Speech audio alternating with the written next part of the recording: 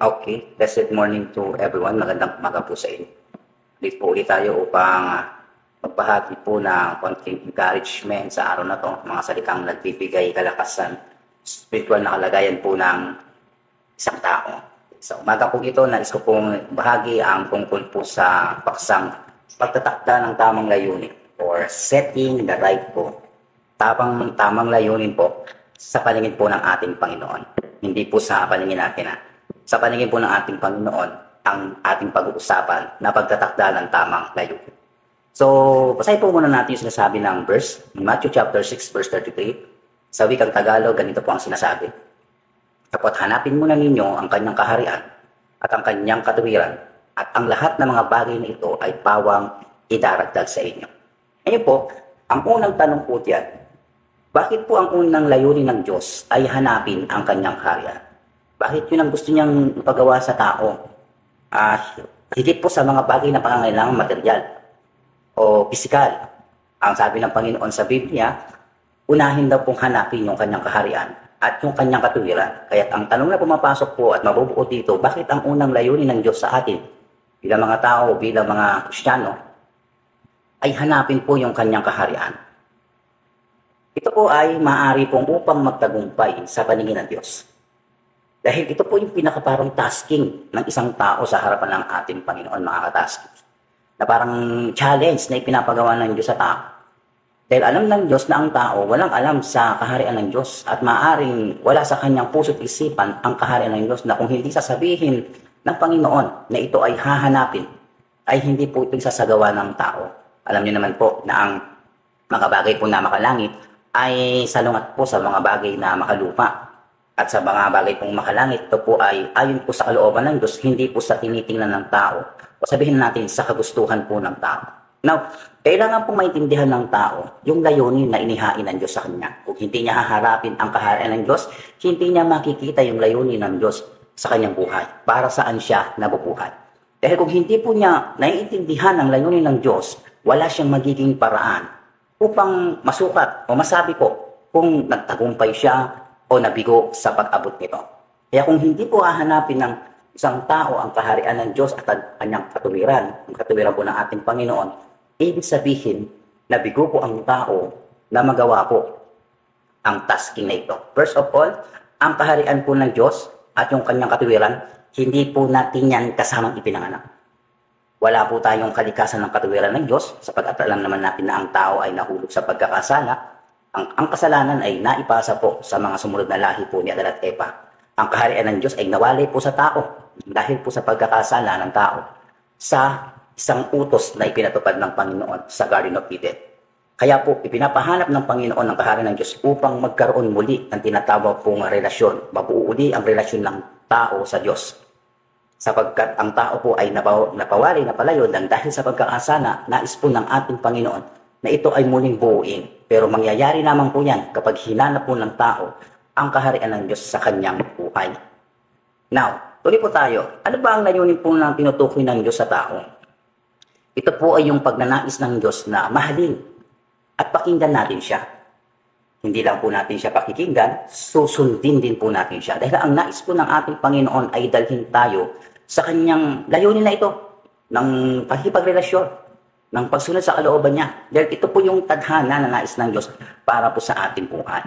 Pwede nga nang pilitin ng Diyos ang tao na sapilitan siyang dalhin sa kanila ng Diyos o pasunurin. Ginawa na ng Panginoon. But because of freedom of choice, hindi po niya yon ginagawa. Sapagkat ang tao po hindi nilikha na robot. May kalayaan po siyang mamili, may kalayaan po siyang magpasya ng anumang kanyang gagawin o nanaisin. But sa lahat ng mga kalayaan na yan ay meron niya sa bandang dulo na pangmatagalan pong resulta. Sabihin, meron po itong tinatawag na consequence pagdating ng panahon. At kung ang tao po ay magkakamali po ng kanyang papasyahin sa buhay, gagawin, so kanya po itong tatanggapin pagdating po ng panahon. That's why, nais po ng ating Panginoon na mahalin natin siya kasi gusto niya pong muling mabalik yung relasyon ng tao sa kanya. At sa pamamagitan lamang po yun ng pagsunod sa mga salita po ng ating Panginoon upang ito po ay muli pong mabuild up, mabalik po yung relasyon na yan. But kinakailangan unang-unang gawin ng tao para mabalik itong relasyon na ito ay hanapin ang kaharian po ng ating Panginoon at yung katuwiran po ng ating Diyos. Now, ang layunin tinutukoy po ng Diyos ay yung personal po na oras at panahon natin sa Panginoon. Dahil dito lamang natin maipapakita na sinusunod na nga natin yung sinasabi ng Panginoon na hanapin yung kanyang kaharian at yung kanyang katuwiran. Now, kung wala tayong personal na oras na ibinibigay sa Panginoon o panahon na ibinibigay sa Panginoon, it means hindi natin hinahanap yung kaharian ng Diyos. Malayong malayo tayo dun sa tasking na sinasabi ng Diyos na dapat natin gawin as a Christian o tayong mga tao na nais pong magkaroon po ng tinatawag na relasyon po sa ating Panginoon. Now, itong personal na oras na ito at yung panahon sa Panginoon na sinasabi ng Diyos, ito po ay sa pamamagitan po ng paghahanap po sa Diyos sa pamamagitan po ng pagsamba. Okay? Ang tanong po rito, saan ba dapat sinasamba ang Diyos? Hindi naman po siya pwedeng ang isang tao sumamba sa kalsada, sumamba sa kung saan pang publikong lugar, kasi masyado pong show yun, ano? Meron pong tamang lugar ng pagsamba sa Diyos. Ang tamang lugar po ng pagsamba sa Diyos ay walang iba po kundi ang church. So doon po isinasagawa yung mga makalangit po na mga gawain o kalooban ng ating Panginoon. So ay kapag ang isang tao po hindi nakakarating sa church, hindi po siya sumasamba sa Diyos, hindi sila nakakapagbigay ng oras at panahon. Marami pong tao na sinasabing hindi nakakalimutan ang Diyos. Maraming tao na sasabi na sinasamba at pinupuri nila ang Diyos. But ang nakakalungkot na katotohanan na yung sarili nila, hindi nila madala sa church. Basic na ang utos ng ating Panginoon na hanapin yung kanyang kaharian, church nga lang po hindi mapuntahan. So, parang malaki, natawag po na katibayan na ang tao po ay hindi po nakakasunod doon po sa salitang yun ng ating Panginoon. Pero maraming tao gusto po ng pagpapala na nanggagaling po sa ating Panginoon. Kaya kung babasahin po natin yung Matthew chapter 6, 33 to the end, 34, makikita po natin dyan kung paano ang tao ay pagpapalain ng Diyos. Pagpapalain ng Panginoon ang isang tao, ibibigay ang pangailangan kung magagawa po niyang sundin ang salita at pinutos po ng ating Panginoon, itong layunin po ng ating Panginoon. Now, ang personal, ang tinutukoy pong layunin ng Diyos sa atin, na personal at oras na panahon kay Kristo ay mangyayari lamang kung hahanapin natin ng Diyos sa pamamagitan po ng ating panalangin. So, kung marunong ang sumamba sa Diyos, marunong ka rin manalangin dapat para makipag-usap sa ating Panginoon. At kung naalala niyo po yung tinalakay natin kahapon, ang pananalangin po ay hindi basta pagdaing o pagsasabi sa Panginoon ng pangangailangan. Kinakailangan po ang ating pong panalangin sa Panginoon ay may kasama pong pagsamba, may kasamang pagpapakumbaba at paghingi ng tawad. At kinakailangan pong ma-please natin ng heart ng Panginoon para nang sa ganun itong ating mga panalangin ay pakinggan ng Diyos. But ang pagtugon po ng Panginoong Diyos sa ating pong panalangin ay hindi po yan ayon sa gusto natin. Dahil ang tugon po ng ating Panginoon sa panalangin ay may tatlong bagay. Oo, hindi, at maghintay ka. Now, kung hindi ka tinutugon ng Diyos sa iyong panalangin, maaaring yan ang tugon sa iyo ng Diyos. Maaaring hindi mo pa kayang i-handle ng isang bagay o hindi makakabuti sa iyo yung bagay na hinihingi mo. Kung ito naman ang ibibigay ng Panginoon sa iyo, maaaring ito ay makakabuti sa iyo. Kaya ang pagtugon po ng Panginoon ay may tatlong bagay. Hindi ayon sa ating kagustuhan, kundi sa kalooban po ng ating Panginoon. At the same time, kung hihingi tayo ng isang bagay sa Panginoon at ito po hindi maganda ang ating layunin sa ating hinihingi o ang ating motibo, ay hindi po ito ipagkakaloob ng ating Panginoon. Sapagkat ang ating Panginoon po ay tumitingin po sa ating pong pangangailangan, hindi po sa ating sariling kagustuhan. Kaya po ito ay isang paraan po ng pagkakaroon po natin ng personal na oras sa Panginoon, itong pananalangin, at ito po yung layunin na tinutukoy ng ating Panginoon sa kanya pong sinabi sa Matthew 6:33. Na hanapin ang kanyang kaharian at kanyang katuwiran, ang lahat ng mga bagay na ito ay pawang idaragdag po sa atin. Now, ang personal na oras at panahon po kay Jesus ay sinasabi rin pong tinuturo sa atin sa pamamagitan po ng paghahanap sa Diyos sa pamamagitan ng kanyang mga salita. Ibig sabihin po, kung nais po natin hanapin ang kaharian ng Diyos at ang katuwiran po ng ating Panginoon, kinakailangan maging gabay po natin sa paghahanap ay walang iba po kundi ang salita po ng ating Panginoon. Hindi natin pwedeng pangunahan ang salita ng Diyos, kundi kung ano yung kanyang sinasabi, yun po dapat ang isinasagawa natin. Kaya sa paghahanap po sa kaharian at katuwiran ng Diyos, ang magiging gabay at basihan po ng isang tao ng katulad po natin ay walang iba po kundi ang salita ng ating Panginoon. Siyang dapat na maging ilawan sa ating mga daraanan at maging gabay po natin sa ating pong paglalakbay at pamumuhay sa buhay po na ito. Ngayon, sa paraan po natin malalaman yung katuwiran ng Diyos. Now, ang Diyos po ay nagtakda po ng plano at layunin para po sa bawat isa sa atin. Matutukasan natin ang katuwiran ng Diyos at lang layunin pong ito sa pamagitan po ng paghahanap sa Kanya, sa pamagitan po ng Kanyang salita. Ang katuwiran po ng Diyos ay masusumpungan po natin tulad po sa mga halimbawang ito. Una po, pakinggan ang tinig ng Diyos. Ang paikinig sa tinig ng Diyos ay hindi po para sa pinikikilang tao lang. Lahat po na nagsasabing sila po ay sa Diyos, nakikinig po sa kanyang tinig. Kung sinasabi ng isang tao na siya ay nasa panig ng Panginoon, dapat pinakikinggan po niya ang Panginoon sa kanyang buhay. At ang basihan po nito ay walang iba po kundi ang salita po ng ating Panginoon. Kung saan po isinulat sa Biblia, dito po natin makikita kung anong kalooban ng Diyos, at kung ang tamang layunin o ating pamumuhay na dapat ginagawa po sa harapan ng ating Panginoon. Pangalawa, ituon po natin yung ating isip at puso kay Jesus para po masumpungan natin yung tinatawag na katuwiran ng Diyos. Ang Diyos po ay madalas na nagkasalita sa atin. Ngunit madalas po ang tao ay abala. So maraming ginagawa ang tao, marami pong mga bagay na kinakabalahan ng tao. Hindi naman po masama ang mga bagay na yan. Pero ang nais po ng ating Panginoon, pakinggan natin siya, yung kanyang mga salita, yung tinig niya, yung puso at isipan natin, dapat nakatuon pa rin sa Panginoon kahit na may mga bagay tayong pinagkakaabalahan sa buhay. Ano man ang busy natin, ano man yung pangailangan natin, dapat ang ating pong puso at isipan ay nakatuon pa rin po sa ating Panginoon. Kapag ito pong magulong buhay na meron po sa mundong ito, alam ko lahat dumaranas tayo niyan, wala pong nakakaligtas po sa mga trials sa buhay, talagang dumarating po yan dahil given po yan. Yan po yung mga humahad lang sa atin sa paikinig sa Kanya.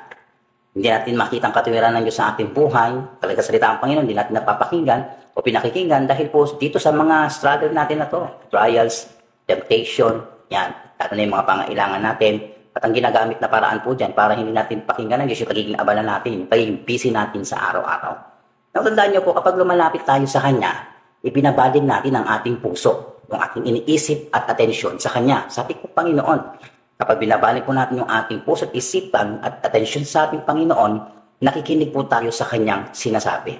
So paraan po ito ng paghahanap ng katuwiran ng Diyos dahil kapag pinakikinggan po natin ang ating Panginoon sa ating buhay, sinusunod po natin siya, magiging matuwid po yung pamumuhay natin dahil sumusunod tayo sa kung ano yung kalooban at kung ano yung salita ng Diyos sa ating buhay. At higit po sa lahat, dapat isuko po natin ang ating isip at ang ating kalooban at emosyon. Habang ginagawa natin to, lumalapit tayo sa Diyos upang tanggapin po at ihanda natin ang ating pong tenga upang makinig sa Kanya. Kapag isinusuko po natin ito, nagpapasubmit po tayo sa kalooban ng Panginoon, ginagawa natin kung ano po yung sinasabi ng Diyos sa ating buhay. Yun po ay isang paraan po ng paglapit at pakikinig sa Panginoon upang makita at masumpungan po natin yung katuwiran po ng Diyos sa ating buhay.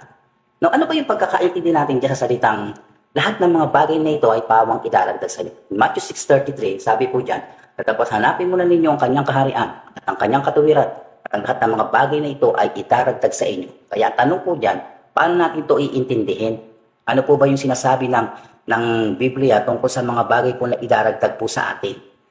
Ang salita pong ito ay sigurado, tandaan niyo po at hindi po nagsisinungaling yung kanyang salita. Ngunit kailangan muna nating maunawaan ang totoong salita na dapat po nating malaman. Diyan po sa versikulo po na yan. Ang maling paniniwala po ng tao tungkol dyan ay ang ipinapangako daw po niyan, yan yung mga pangailangan ng tao. Na kung babasahin po natin ng Matthew chapter 6 verse 31, yan po yung pinag-aalala po ng mga hintil, na mga hindi po kumikilala po sa ating Panginoon. At sa 32, sila po ay tinugon ng Panginoon na hindi dapat ito ang kanila pong maging batayan ng paghahanap ng buhay. No? Yung mga basic needs, mga sinasabi po. Sa iba po, ang mali naman po nilang pagkakaintindi dito, ito daw po yung mga pangarap at yung mga hinahangad ng tao. Kaya kung minsan, mali po yung attitude ng paglilingkod. Magsasama muna ako sa Panginoon, hahanapin ko muna yung kanyang kaharian, kanyang katuwiran, saka ko gagawin yung mga bagay na ito. Kasi ang pagkakaintindi po nila, pag inuna nila ang Diyos sa kanilang buhay, ay ang kapalit nun, bilang kabayaran, pagpapalain sila ng ating Panginoon. Well, dapat po maintindihan po natin ang mensahe po na yan ng ating Panginoon. Kasi hindi po natin pwedeng gamitin na masihan na unahin ko ang Diyos para pagpalain ako. So parang gumagawa ka ng bagay para may balik. Yun po ang nagiging konsepto po ng marami dito sa versikulo pong ito. Para lubusan po nating maintindihan, kailangan muna po nating alamin yung tama pong interpretasyon ng Biblia. Dahil ang Biblia po ay may dalawang klaseng interpretation. Exegesis and then exegesis. Ang exegesis po ay binabasa ng teksto ko pa. Parang binabasa mo yung Biblia. Tapos ang hinahanap mo doon ay yung gusto mong maintindihan lang. Ibig sabihin, kung ano yung pananaw mo doon sa binabasa mo. Yun ang gusto mong intindihin. Ito yung naintindihan ko sa binasa ko eh. Kaya ito yung pangahawakan ko. So, ang mensahe po ng ating Panginoon, tulad po ng Biblia, Hindi po yan katulad ng comics na pag binasa mo, yun na yung ibig sabihin. Meron po itong tinatawag po mensahe na nakapaloob po sa isang bersikulo na kinakailangan maintindihan po ng tao. Pero hindi po ito maintindihan ng tao sa sarili niyang paraan. Kinakailangan po humingi siya ng gabay sa Panginoon, ng banal na spirito, para po maintindihan po yung sinasabi po ng Biblia. Bitin ko, ang exegesis po ay binabasa sa teksto kung ano yung gustong mahanap o iniisip po ng interpreter, yung taong bumabasa, na makikita niya doon. Ito ay nagpapahayag ng sariling pagkaunawa na nagbabasa, mga sariling idea, hindi ang kahulugan po ng sinasabi po ng Biblia. That's why itong exegesis po na ito ay nagpapakita po ng sariling kaunawaan ng tao. Ang kanya pong inia-apply doon sa kanyang pinabasa. So ang ikalawang interpretation naman po ay tungkol sa exegesis. Yan po yung lehitimong interpretation na inilalabas mula po sa teksto. O yung sinasabi po, yung damdamin ng isa pong mensahe doon sa sinulat sa Biblia. Kung ano yung ibig sabihin ng original po na may akda na isinulat po sa Biblia. Well, kapag babasahin po natin ang Biblia, tandaan nyo po, bago dumating sa atin ang Biblia, may mga tao na pong ginamit ang Diyos para madala sa atin yan. Yung mga nag-interpret ng Bible, yung mga nagbigay kahulugan, nagbigay ng chapter, nagbigay po ng verse, at nagpahayag po kung ano yung mga nilalaman. Kasama po sila na inanoint ng Diyos para po maharating sa atin ang mensahe po ng Biblia. At the same time, sila pong mga ginamit po ng ating Panginoon para kanila pong maipahayag ng may kaayusan yung mensahe po ng ating Panginoon. Kasama po silang binigyan ng Diyos ng talento kung paano po ipapadama sa tao ang kahulugan o ibig sabihin ng Biblia. That's why ang Biblia po may sariling damdamin. May emotion siya na ipinapahayag sa taong bumabasa.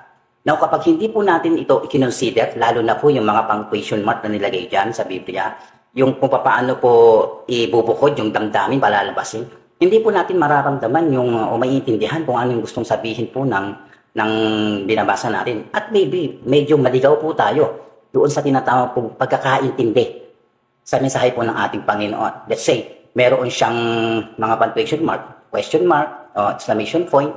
So, hindi natin maintindihan kung ang tao ay nagsasalita ng pasigaw o yung tao ay nagsasalita ng patanong. Pag hindi po natin ito i-consider, magiging mali po yung ating pong pagde-deliver ng interpretation pagdating po sa Biblia. Kaya kinakailangan pong maintindihan po natin na bawat konteksto ay mayroon pong damdamin na dapat pong maipahayag sa bawat bumabasa. Now, dito po sa Matthew 6:33, mayroon pong tatlong bagay po rito na ipinapahayag po ang ating Panginoon. First of all, yung tungkol po sa 31 and 32, ito po yung mga tinatawag pong basic needs. Pangailangan ng tao, damit, pagkain, yung pangailangan sa kinabukasan na araw-araw yan. Yan po yung mga basic needs na sinasabi po ng ating Panginoon. At ito po yung hinahangad ng mga hintil ng panahon po si Jesus Christ ay nangangaral. So, ibig sabihin, ayaw po nila ng sa salita ng Diyos, ang gusto nila ay pagkain na sa ikabubuhay po nila. Sinabi ng Panginoon dito sa Matthew 6, Chapter 6, na huwag nating alalahanin yung mga pagkain sa araw ng bukas. Siyempre, ang Diyos po ang nagpo-provide talaga ng mga pagkain na parang sinasabi kong ang ibon nga sa parang, hindi po pinababayaan ng Diyos. Pero, tandaan po natin, ang ibon po may sariling kakayahan para mahanap ng pagkain. So, ibig sabihin, even ito binibigyan siya ng Diyos ng pagkain, kinakailangan niyang kumilos. Hindi po niya hinihintay yung biyayang dumarating sa kanya. So, ganoon din po sa atin. Ang biyaya po ng Panginoon dumarating sa atin kapag hinahanap po natin. Pero pag hindi po natin hinahanap, hindi ito ipagkakaloob. Second, itong verse 33 ay nagpapahayag po ng tinatawag po na eternal needs. Sa 31 and 32, ito yung basic needs na sinasabi. But itong Matthew 6:33 ay tumutungkol po sa eternal needs, yung pangwalang hanggang pangangailangan. Bakit? Wala pong sinilang sa atin dito na may pag-aari na ng kaharian ng Diyos at ng katuwiran ng Diyos. Dahil lahat tayo makasalanan, sabi ng Biblia. That's why pinapahanap ng Panginoon ang kaharian ng Diyos at ang katuwiran ng Diyos pagkat wala tayo na itong taglay sa ating pagsilang sa mundo. Ni kahit na sa guni-guni siguro kung hindi magpapakilala ang Panginoon, hindi natin makikilala ang Diyos. Kaya sabi ng Panginoon, hanapin natin ang kanyang kaharian at ang kanyang katuwiran.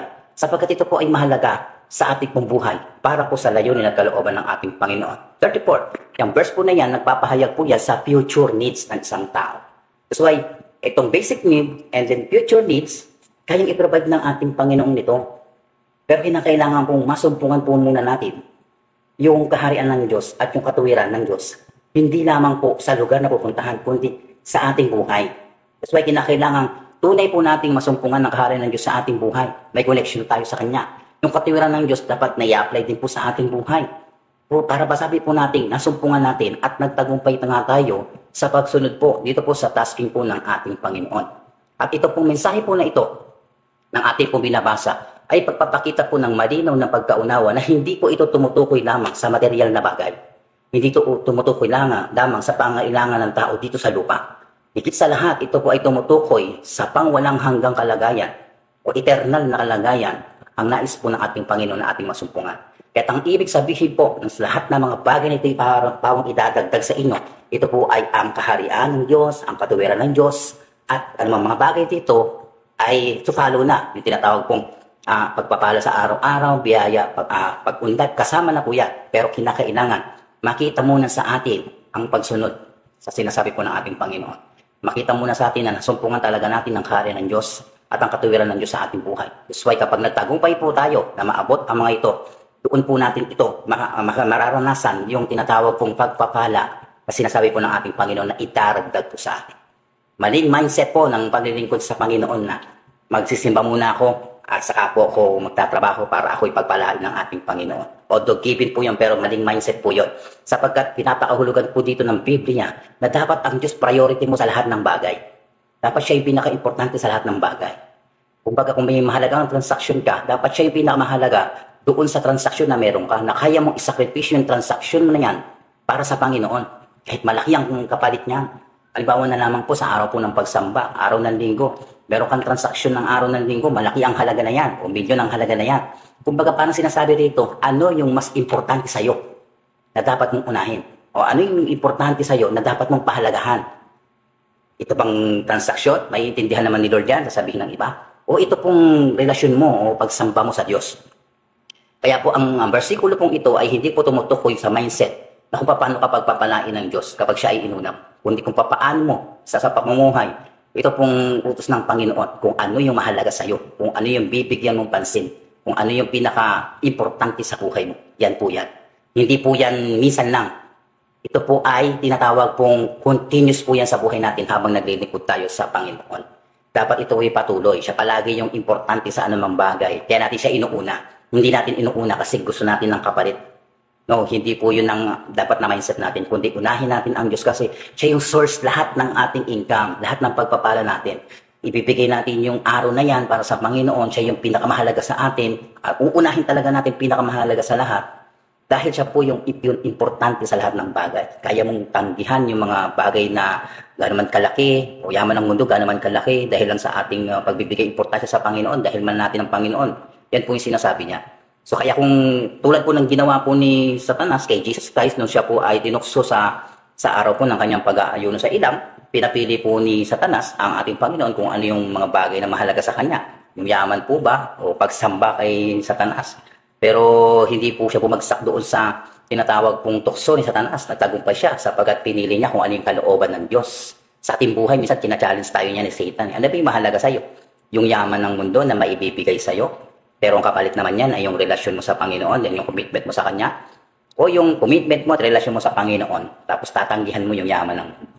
So, tayo lang po makapagpapasya niyan. Kasi mahirap pong magsalita nang wala doon sa lugar o sa panahon. Pag wala ka sa isang sitwasyon, madali pong magsalita niyan. Pero pag nasa sitwasyon ka na, doon po natin masusubukan. O paano po natin pangahawakan ang salita po ng ating Panginoon. So, ito pong mensahe pong ito ay nagpapakita po sa atin ng tamang kaisipan tungkol po sa pagtatakda ng tamang layunin. Now, ang pagtatakda po ng tamang layunin ay hindi po sa ating sariling kagustuhan at hindi din base po sa ating kaunawaan. Ang tamang layunin pong tinutukoy ng Diyos na dapat po nating malaman ay hindi po pang temporal tulad ng makikita sa mundong ito, kundi pang walang hanggan at ito po ay sa kanyang kaharian. Nawa, napagpala kayo sa umagang ito at nawa rin po ay nagsilbi po sa ating kalakasan ng mensahe po ng ating Panginoon. So, kita-kita po tayo bukas sa ganitong uling oras. Kung medyo tayo malik ng konti, medyo pagpasensyaan nyo na. At kung medyo napuputol po yung ating live, ay dahil po yan sa connection ng internet po sa aming lugar. So, okay, maraming po salamat.